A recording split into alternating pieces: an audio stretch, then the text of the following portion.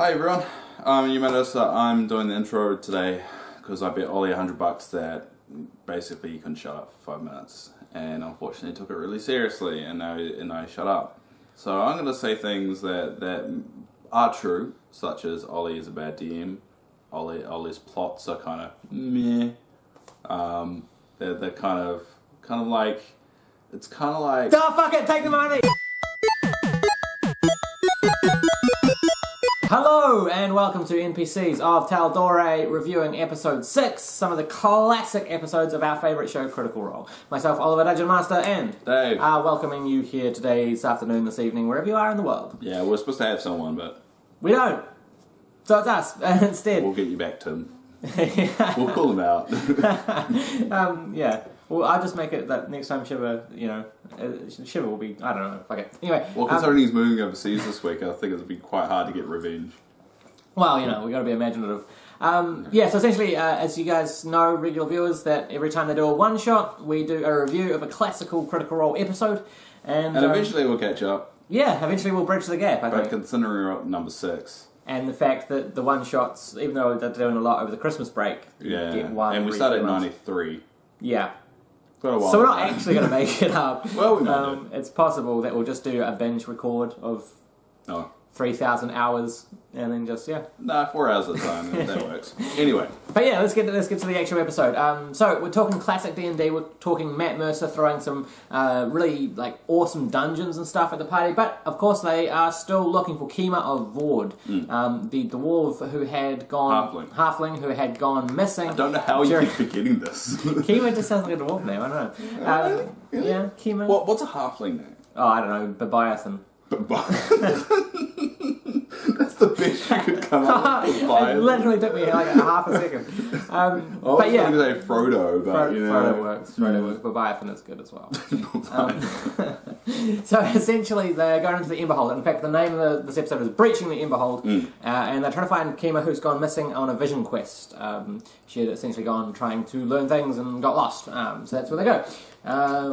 So basically they do some morning planning after the debacle of kind of going around in circles last episode, and they kind of go lower down in the chasm and kind of go basically in the right direction this time.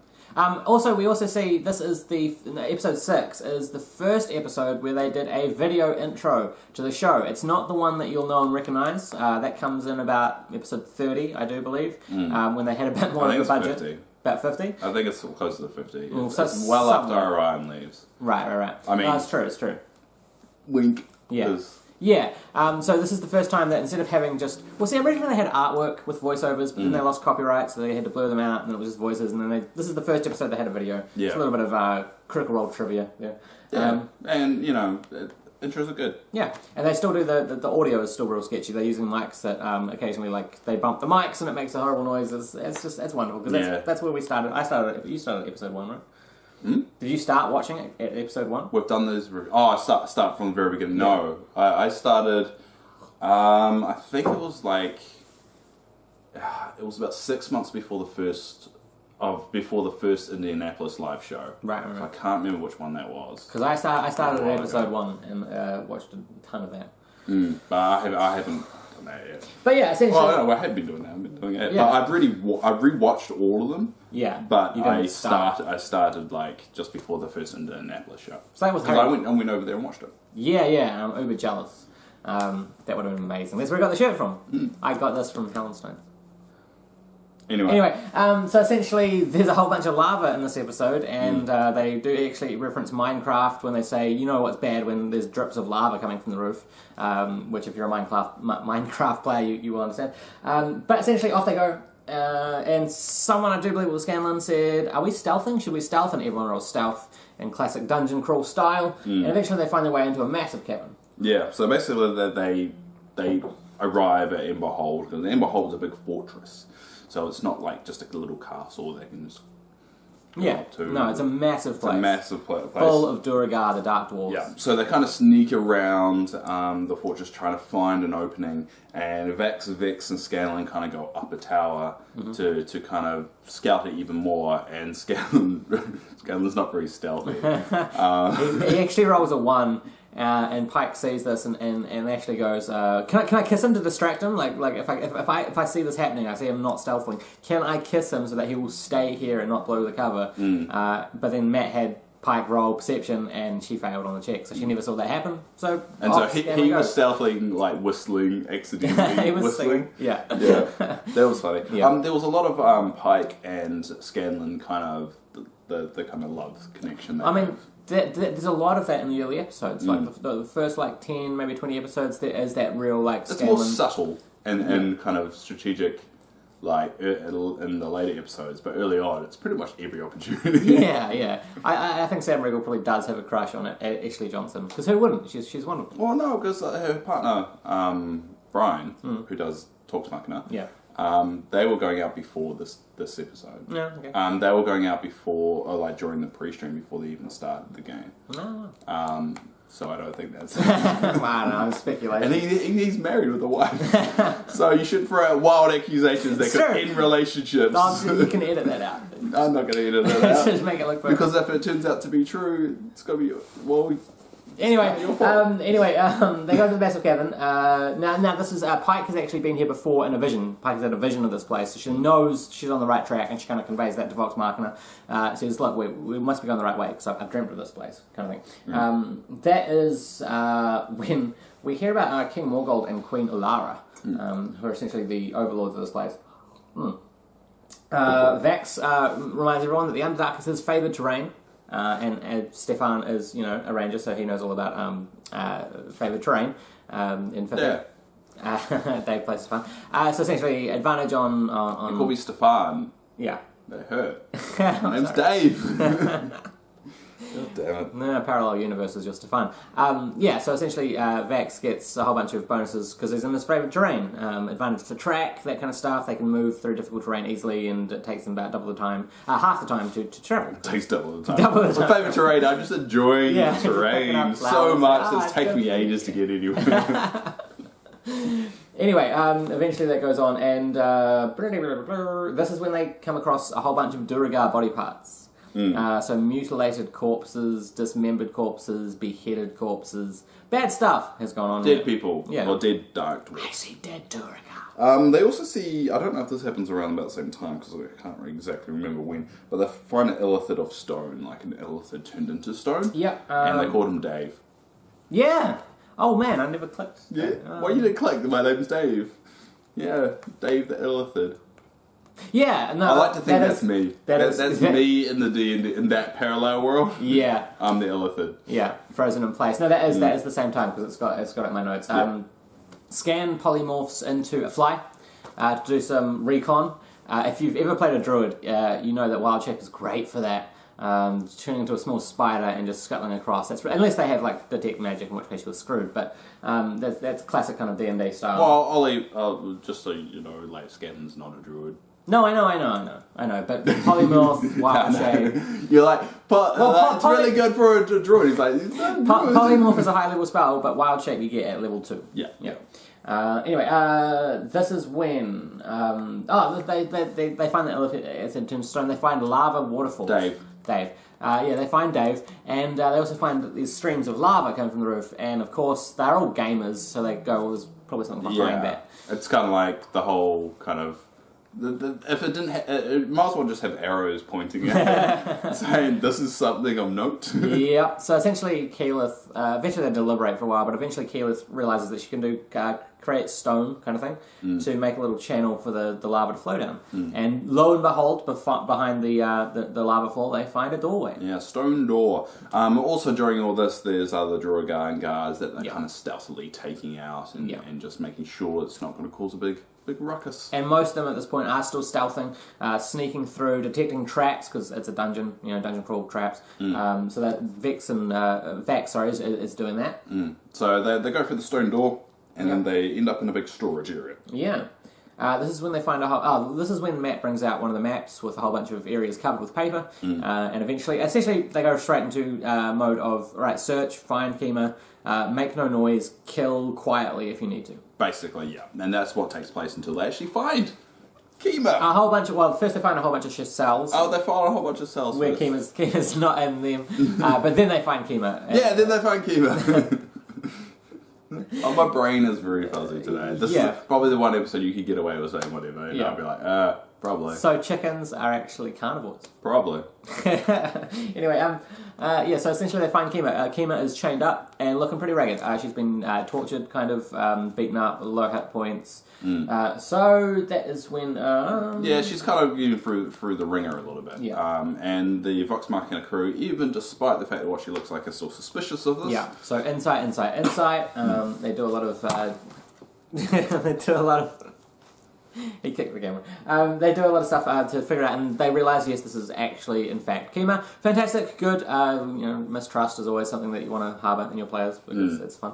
I know. So, this is when, Kima does some badass crap, basically. They free her, Durakar shows up, and she essentially pulls him in half. Just destroys him, just cut. And that's the torturer who butchered her and basically... So, Kima gets her revenge. Fantastic. That's always fun. That is when they hear... that's when they meet Clarota. The party meets back up. Yeah, and there was a bit of tension. A lot of tension. Kima is real distrustful of Clarota, the Mind Flayer. Yeah. Which is understandable. Yeah, totally understandable. Bloody Mind Flayer. And she's been imprisoned in a place run by Mind Flayer. And who probably had a few Mind Flayers in her head. Yeah, exactly. So, essentially, a standoff occurs where Kima says, I can't believe you're working with this thing. How do you trust it? It's going to betray you. Let's kill it. And Clarota is kind of bemused at this. And Vox Machina is going, look, we wouldn't have found you if we hadn't made this alliance. And there's a lot of talk here. There's a lot of real cool role play. Yeah, it's really, really cool. And a lot of kind of negotiating and trying to ease it, because they don't really know Kima that well. No. They've never met Kima. This is their quest was just to find Kima. Yeah.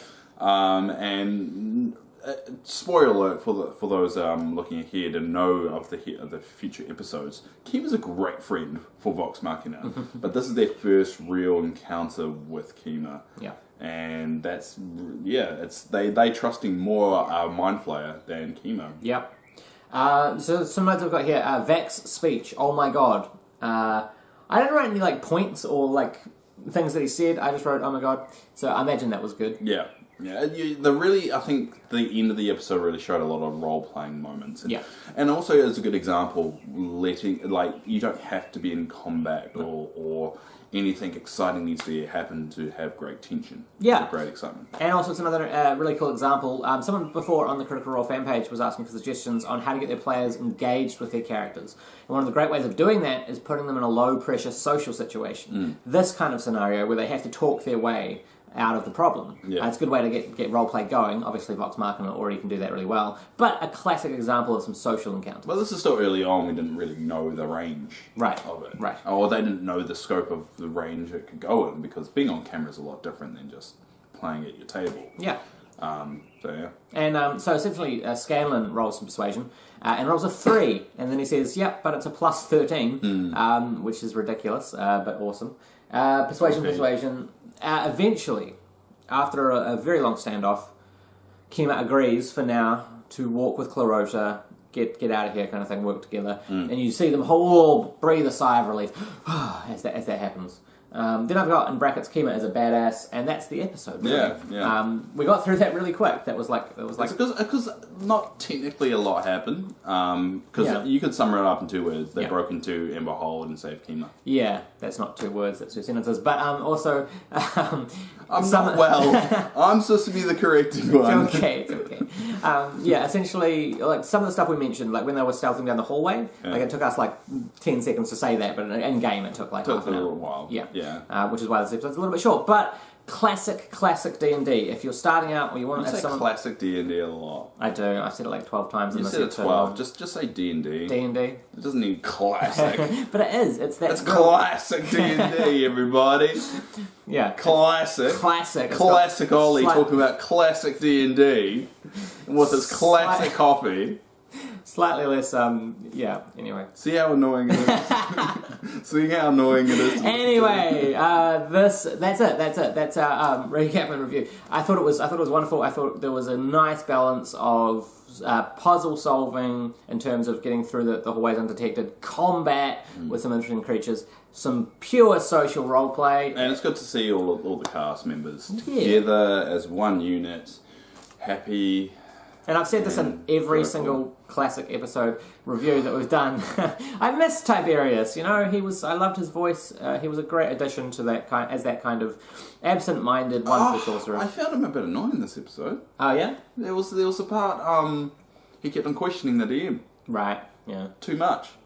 Don't question the DM unless it's Ollie. Ah, damn it! I was just as soon as he started saying don't question the DM, I was beaming. My heart was full of sunshine because I was like, oh my god. He was very kind of like, why? Right. That isn't right. Yeah. That kind of triggered me a lot because I think it's only because nowadays they don't do it. Yeah. But early days they kind of do. So I mean, yeah, that was a wonderful episode, and it just kind of reminds us of what Critical Role was when they first started live streaming. It was still trying to find their feet in terms of the stream. Please fix those audio issues because we can't talk because we can't fix ours and we're poor. But if you do want to watch us playing D&D, follow our Twitch channel. Boink! Because we like. Sorry, I just like that we didn't have a sound effect there, so you just went boink. Boink. I'm not going to edit it. Boink. But yeah, we host 2 games. Or not, you host. You play. I play in one game. I run both. The tech on the other one. The tech of both. Yeah, essentially here on the D20 Multiverse, we don't just do this. We've got a whole bunch of shows and segments and stuff. I live stream 2 games a week with the help of Dave. I run 2 games, set in my world at Elisia. It's a lot of fun. And tomorrow, I finally get to pay off and pick up the Tal'Dorei campaign setting book, which means not really relevant to the Twitch stream. No, it is. I'm about to bring it into it. I was just about to incorporate. Go. So that means I'll be super inspired tomorrow and writing a huge chunk of the next parts of the campaign for both games. It's because you bought a book. Yes, Tal'Dorei. I'm going to read it and it's going to blow my mind.